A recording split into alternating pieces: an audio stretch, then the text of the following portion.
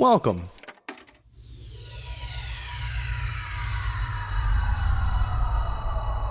to Arcade Audio.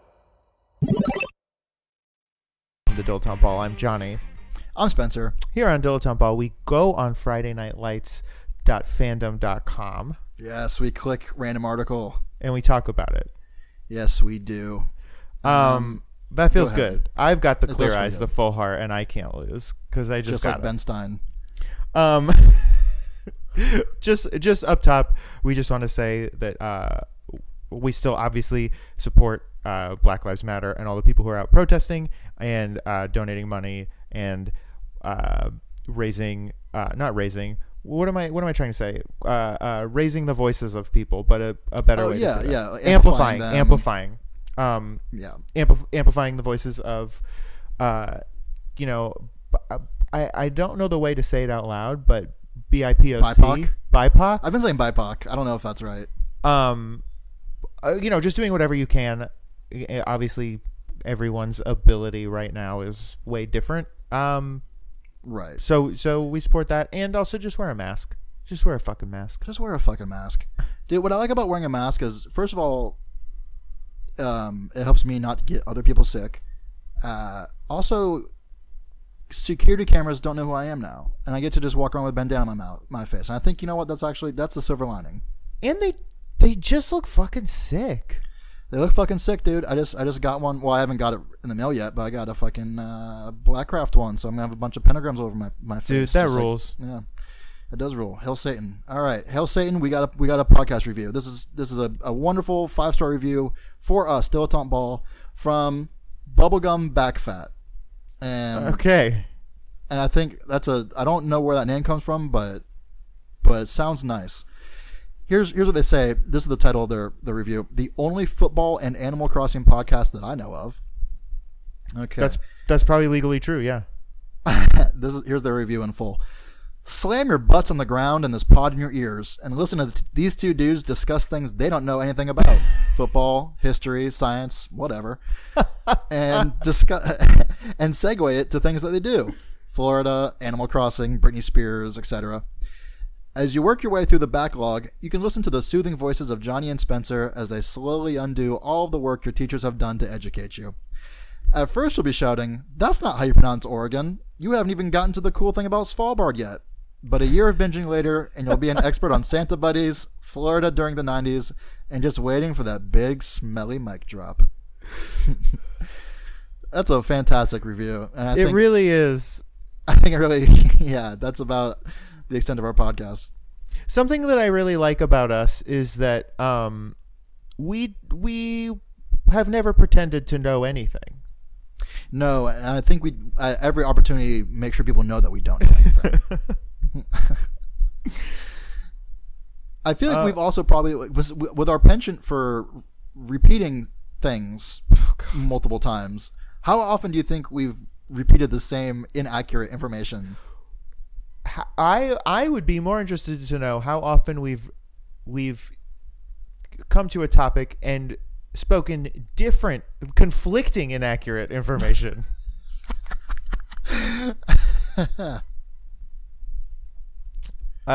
You want me to pull up an article? Yeah, let's pull up an article. Okay. I don't know if we've gotten this or not. Connie Britton.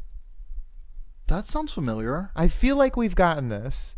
Connie Britton is an American actress who portrayed the role of Tammy, the Tool wife Taylor, on Friday Night Lights.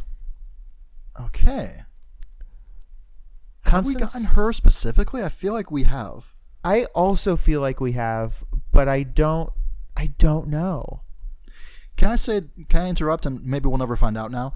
I had this thought just now. So at a certain point in my career in comedy or whatever, entertainment, I had several podcasts, did improv or whatever, like a lot of live shows. Now there's no such thing as live shows anymore. One of my podcasts was a live show, so that's out. Another one is done doing a weekly podcast. It was the wrestling one, Podswoggle. We're done doing a weekly podcast. So this is, besides this podcast, the one that you're listening to right now, this Dilettante Ball, besides that and like terraforming my Animal Crossing town, those are the only two creative outlets I have. Isn't that weird? It is. You know, and even before live shows were done, you and I both had a pretty big drop in what we've been doing creatively. Yeah, definitely. Which felt good. You know, it's funny. Literally the week everything started to close here, I had 2 improv shows scheduled. Coming off of like a year of nothing. Straight up, it was like, okay, this is it. I'm gonna be back in it, and oops. I feel like, yeah, I mean, like hidden amongst the shit were a couple of things here and there that were actually like good. Where it's like, hold on, partner, you don't want to be doing that. Like, no more improv, my guy. Like, why don't we give you done. 5 to 12 months to think about what you're doing here? You're 31 years old. Well, yeah, I changed my voter registration today to my new address, and it was like, oh, Spencer Hamilton, the 31-year-old, right? And I was like, yeah, I guess. Doesn't feel like it. No, you know, it's strange. I was thinking, like my phone was like, here's some pictures from, you know, whatever, 2013. Sure. And it's wild how different, even aside from the now of it all, how different my life is from when I moved here. Because in my head, I've been an adult the whole time. Right. But when I moved here almost 8 years ago, I was a fucking pipsqueak. I was a child. It's so nuts. I just bought my first broom 3 weeks ago. Okay, well that's about that's on you. That's not time. That's no, it's crazy, man. Here I am, 31. Finally had to buy a broom. Did you say I want a broom, or did Dana say you need to buy a broom? What I said was, I don't want your fucking cats getting their kitty litter everywhere. I'm so tired of this bullshit. I need to buy a broom. Okay, a little column A, a little column B.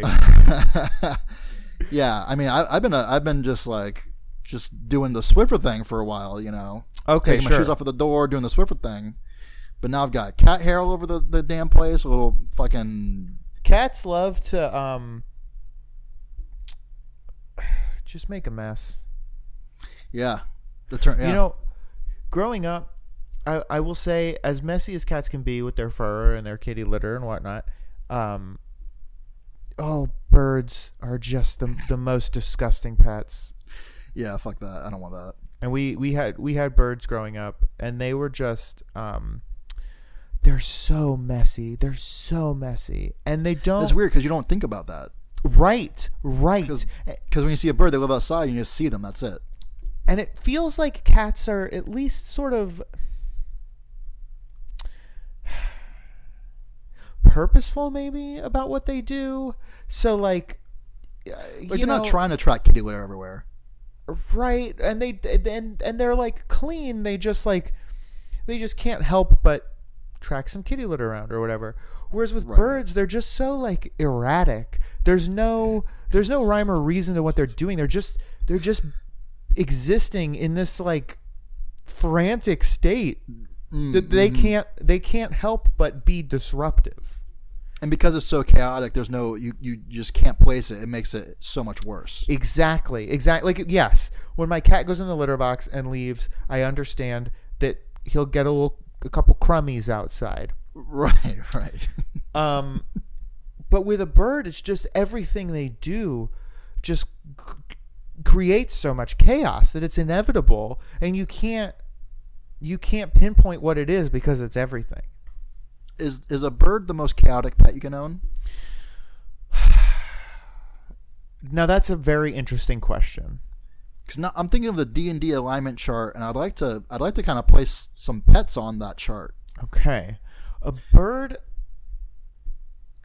Birds are going to be chaotic. Chaotic neutral, I think. I was thinking chaotic neutral too.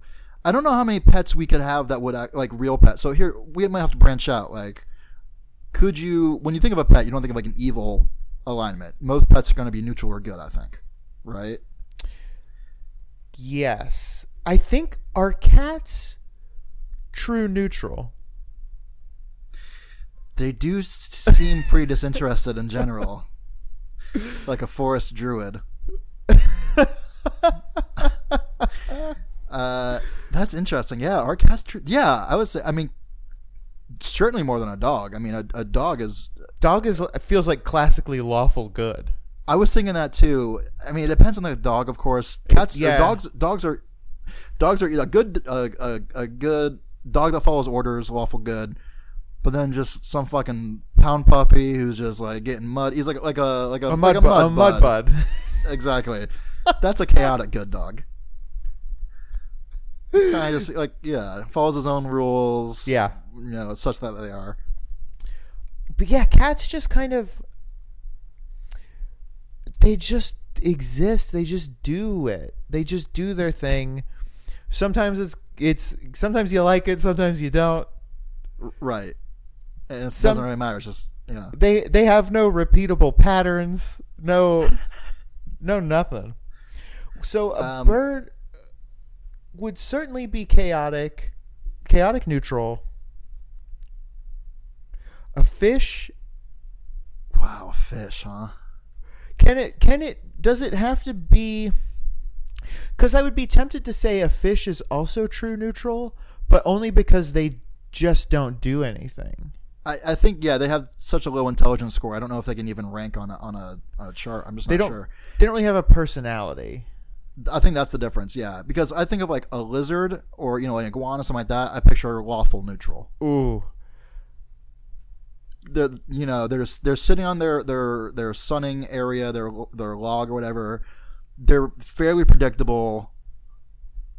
They're not really good or chill. evil. Yeah, they're chill. Yeah, that's and that's all the pets, I guess. Cat, dog, bird, fish, lizard. Right, that's the perfect. Yeah, dog eats cat eats bird eats lizard, lizard eats dog. I don't know about that one.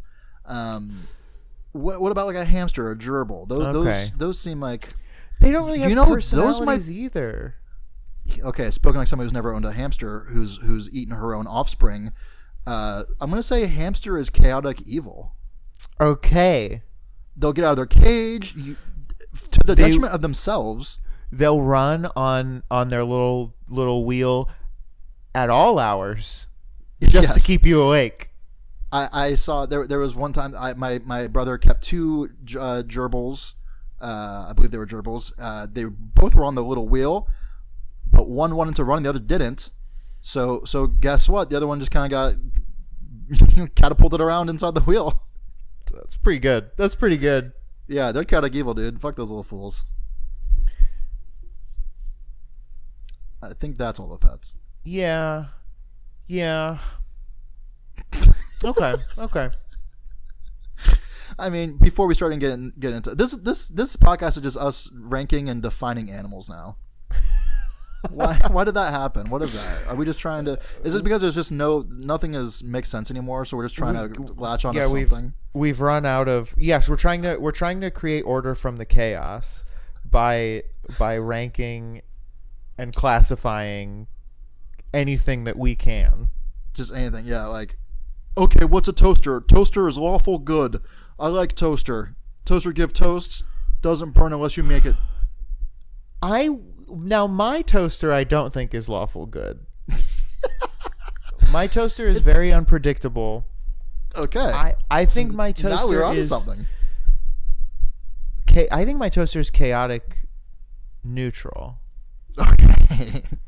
Because kind of follows its own thing. Yeah, sometimes I will get good toast. Sometimes I will get very bad toast. Sometimes it only toasts the bottom half of the bread. So you got to do the old like halfway through you flip the bread.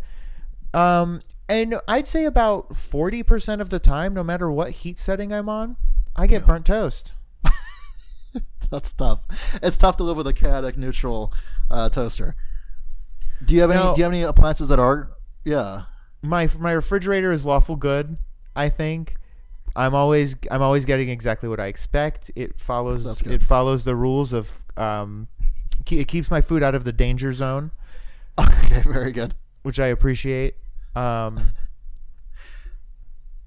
I'd I say feel like probably my refrigerator is neutral good, okay. because sometimes I won't. Oh, I had this whole time. Well, it's been expired. I didn't even realize that. My refrigerator was hiding it. But my freezer, I don't. My freezer it keeps things too cold. So I would say my freezer is lawful evil, because it's too cold. The things are getting too frosty in there. Okay. So it's following its own rules, but I don't. It's to my detriment. So my Interesting. freezer's lawful evil. I think I'm going to say that my washing machine and my dryer are both probably like my cat, true neutral. Okay. Just kind of they do what they want to do. Yeah.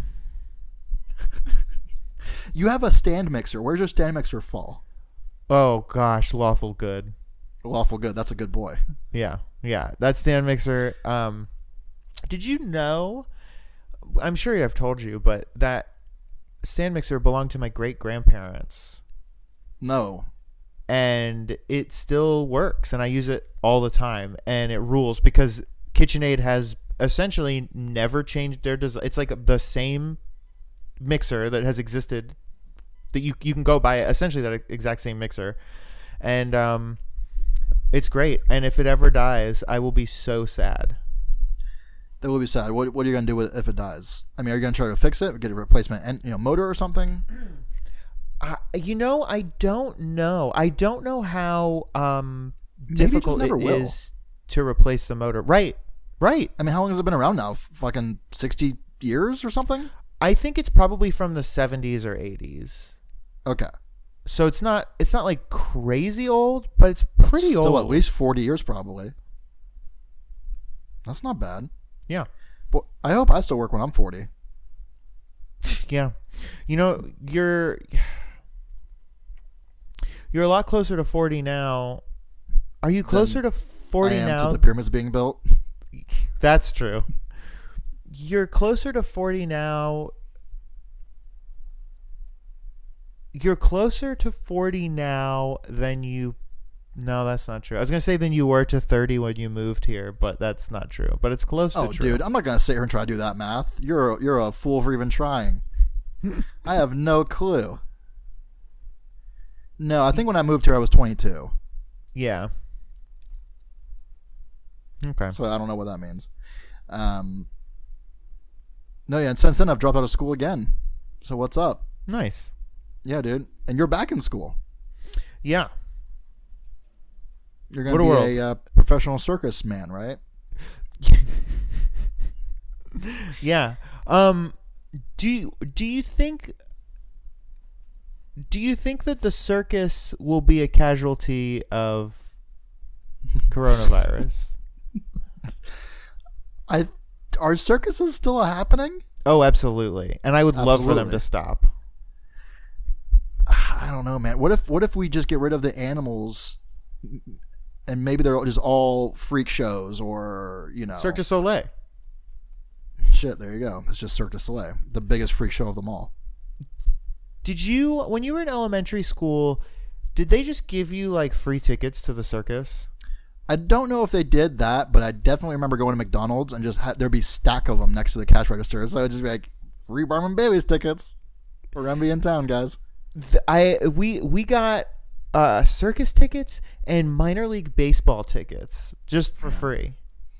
That's so weird. What is It's that? extremely weird. Is that still happening? Like, what are there other things that are just like in the wrestling business, and maybe elsewhere? That's called papering a town,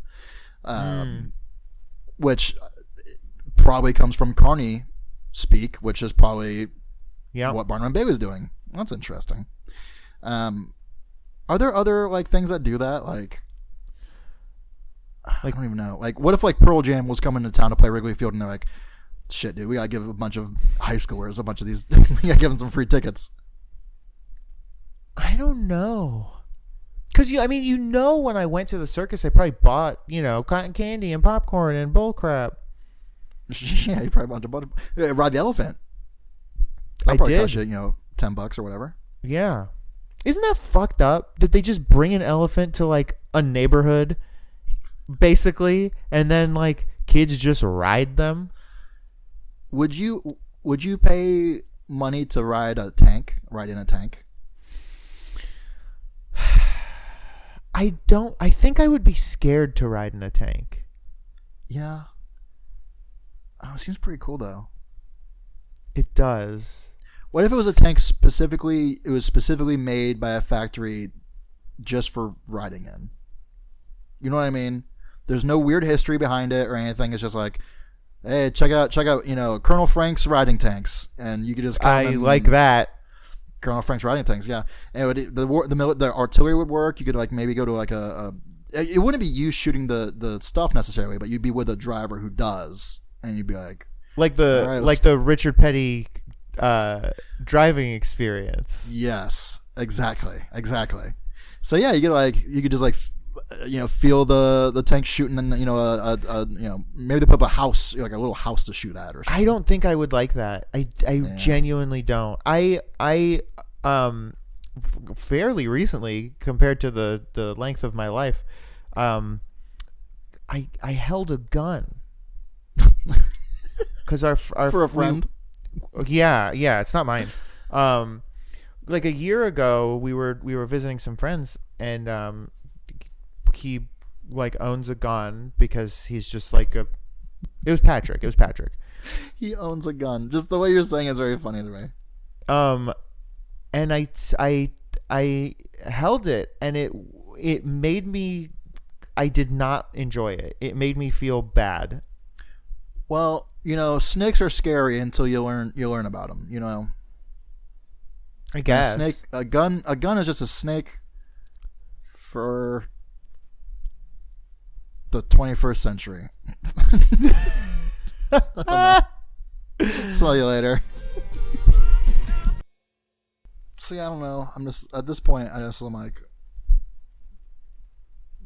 I don't know. I just bought like a fuckload of video games. I'm just gonna play video games. Thank you for playing Arcade Audio.